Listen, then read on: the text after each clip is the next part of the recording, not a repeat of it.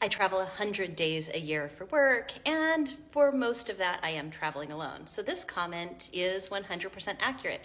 It's super fun, but it can get lonely. When I'm traveling solo, here are some things that I do to avoid the travel lonelies. As I get ready to go down to lunch, that brings up the first one. One of my rules of travel is that I don't sit alone in the hotel room having room service. Now I get if you were on like a 2-day business trip and you maybe do that once or twice a year, having room service alone in the hotel room would be absolutely luxurious. But 100 days a year on the road, I have to be very, very intentional about my mental health, and sitting alone in hotel rooms is not good for my mental health. Next, you're never really alone if you have your phone, because I have a few apps that I use on a regular basis that keep me from feeling disengaged.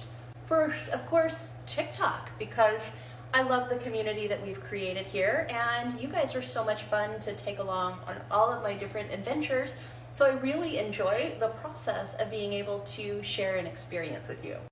That definitely makes things feel less lonely if I'm somewhere and I'm experiencing something and I'm thinking about how can I share this with the TikTok community that we have created here together. I also love the Marco Polo app. I am Marco Poloing my sisters and my kids and my friends to share things with them, and it kind of has this ongoing dialogue that feels a lot like having an active conversation. I also love WhatsApp for when I'm traveling. I feel that oftentimes my cell won't have great service for receiving text, but I can always get WhatsApp. I read a ton, so my Kindle app is always full of books. I read garbage mostly, because it's kind of a nice little retreat from the thoughts.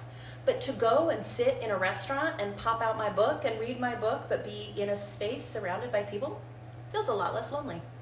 A good podcast from a podcaster who feels like a friend definitely reduces the travel loneliness. One of my favorites for that is Girls Gotta Eat podcast. I also love the Heather Dubrow podcast because I connect with Fancy Pants. And then I punch the fun button because I feel a little bit like I won the career lottery, and at any time this amazing journey that I am on could come to a close for 1,000 different reasons. COVID, for instance. I don't let the fact that I'm gonna have to do something alone keep me from doing the thing I'm gonna enjoy. And what I've discovered is that oftentimes when you're doing something alone, it can be better than doing it with someone else because you can do exactly what you wanna do.